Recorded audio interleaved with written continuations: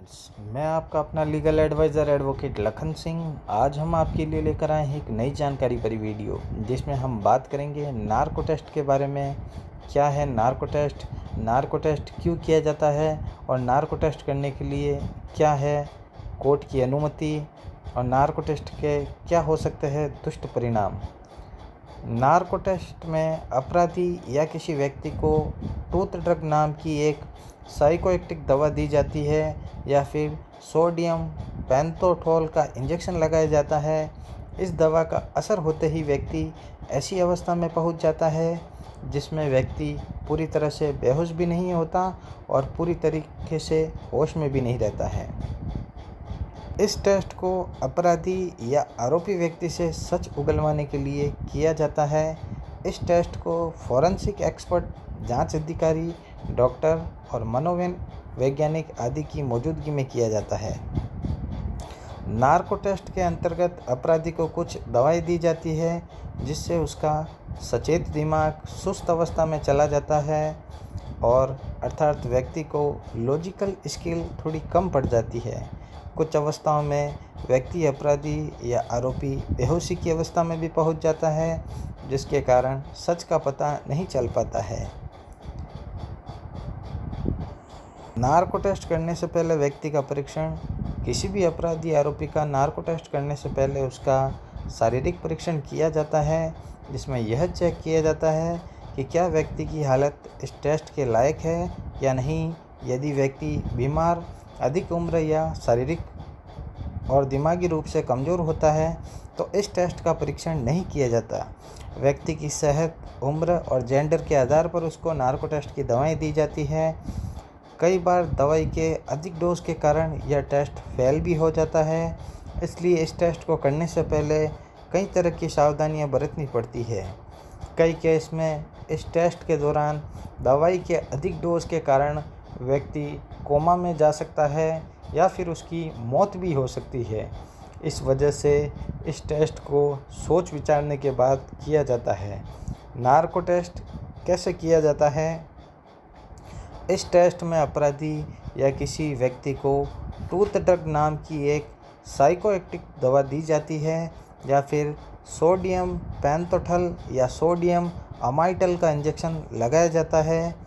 इस दवा का असर होते ही व्यक्ति ऐसी अवस्था में पहुंच जाता है जहां व्यक्ति पूरी तरह से बेहोश भी नहीं होता और पूरी तरह से होश में भी नहीं रहता, अर्थात व्यक्ति की तार्किक सामर्थ्य कमज़ोर कर दी जाती है, जिसमें व्यक्ति बहुत ज़्यादा और तेज़ी से नहीं बोल पाता।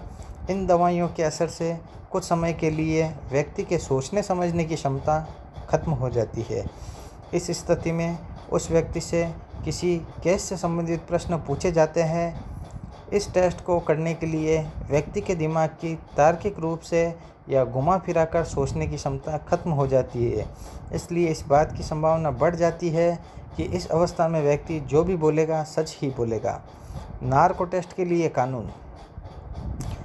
वर्ष 2010 में के.जी. बालाकृष्णन वाली 3 जजों की खंडपीठ ने कहा था कि जिस व्यक्ति का नार्को टेस्ट या पॉलीग्राफ टेस्ट किया जाना है उसकी सहमति भी आवश्यक है।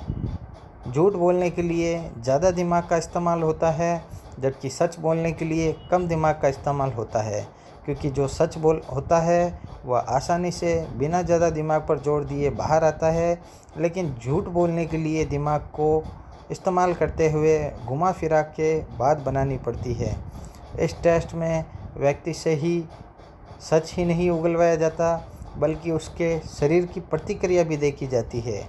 कई केस में सिर्फ यही पता करना होता है कि व्यक्ति उस घटना से कोई संबंध है या नहीं। ऐसे केस में व्यक्ति को कंप्यूटर स्क्रीन के सामने लिटाया जाता है और उसे कंप्यूटर स्क्रीन पर विजुअल्स दिखाए जाते हैं। पहले तो नॉर्मल विजुअल्स जैसे पेड़ पौधे, फूल, फल इत्यादि दिखाए जाते हैं। उसके बाद उसे उस केस से जुड़ी तस्वीर दिखाई जाती है। फिर व्यक्ति की बॉडी को रिएक्शन चेक किया जाता है। ऐसी अवस्था में अगर दिमाग और शरीर कुछ अलग प्रतिक्रिया देता है तो इससे पता चल जाता है कि व्यक्ति उस घटना या केस से जुड़ा हुआ है।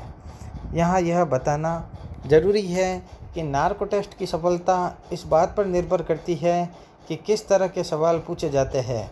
आपने कई मूवियों में भी देखा होगा कि आरोपियों का नार्को टेस्ट किया जाता है और जब उस टेस्ट का क्रॉस एग्जामिनेशन होता है तो पाया जाता है कि टेस्ट में जिस तरह के प्रश्न पूछे गए हैं ये पहले से रिजल्ट के अनुसार ही पूछे गए हैं।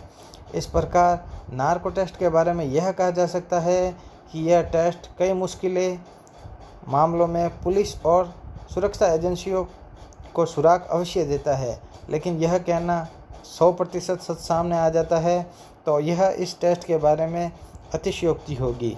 तो आई होप मेरे फ्रेंड्स मेरे द्वारा दी गई ये जानकारी आपको पसंद आई होगी।